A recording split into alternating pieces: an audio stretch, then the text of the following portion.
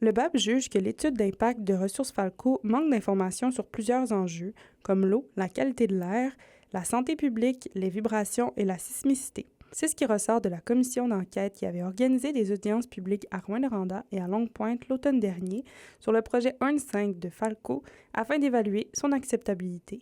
Dans le fond, l'analyse de la commission, ce qu'il faut savoir, c'est qu'elle se base toujours sur les faits, sur la science. C'est vraiment, elle est très rigoureuse dans son analyse. Et puis, l'analyse tient toujours compte aussi des 16 principes du développement durable, donc de la loi sur le développement durable. Et puis, elle s'intéresse pas seulement qu'aux aspects environnementaux, mais aussi aux aspects sociaux, économiques. De son côté, Falco est confiant de pouvoir répondre aux exigences dans les 5 prochaines années, soit avant le démarrage prévu du projet en 2030. On a 5 années devant nous pour répondre à ces exigences-là qui ont été soulevées, aux préoccupations qui ont été soulevées dans le rapport de la commission. Puis on est confiant qu'on va mettre l'énergie puis qu'on a le temps pour travailler avec la communauté puis trouver des solutions pour répondre aux préoccupations qui ont été identifiées.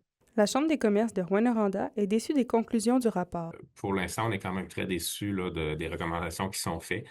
Par contre, on est confiant que Falco pourront surmonter le défi. Le son de cloche est différent au Conseil régional de l'environnement de l'Abitibi-Témiscamingue. La bataille n'est pas nécessairement gagnée, mais c'est quand même une belle victoire. Ce qu'on souhaite, c'est que justement le ministre de l'Environnement, oui, mais aussi le Conseil des ministres soit à l'écoute non seulement de la population, des organismes, mais aussi du BAP et du ministère. Fait qu'on, ben là, toutes les réponses sont au rouge, les indicateurs sont au rouge.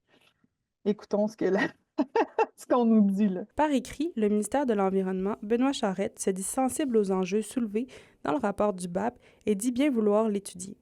Il ajoute que son ministère prendra le temps de poursuivre une analyse rigoureuse du projet avant d'émettre une recommandation. Cite à Anne-Julie Labrec, RNC Nouvelles, Rouyn-Noranda.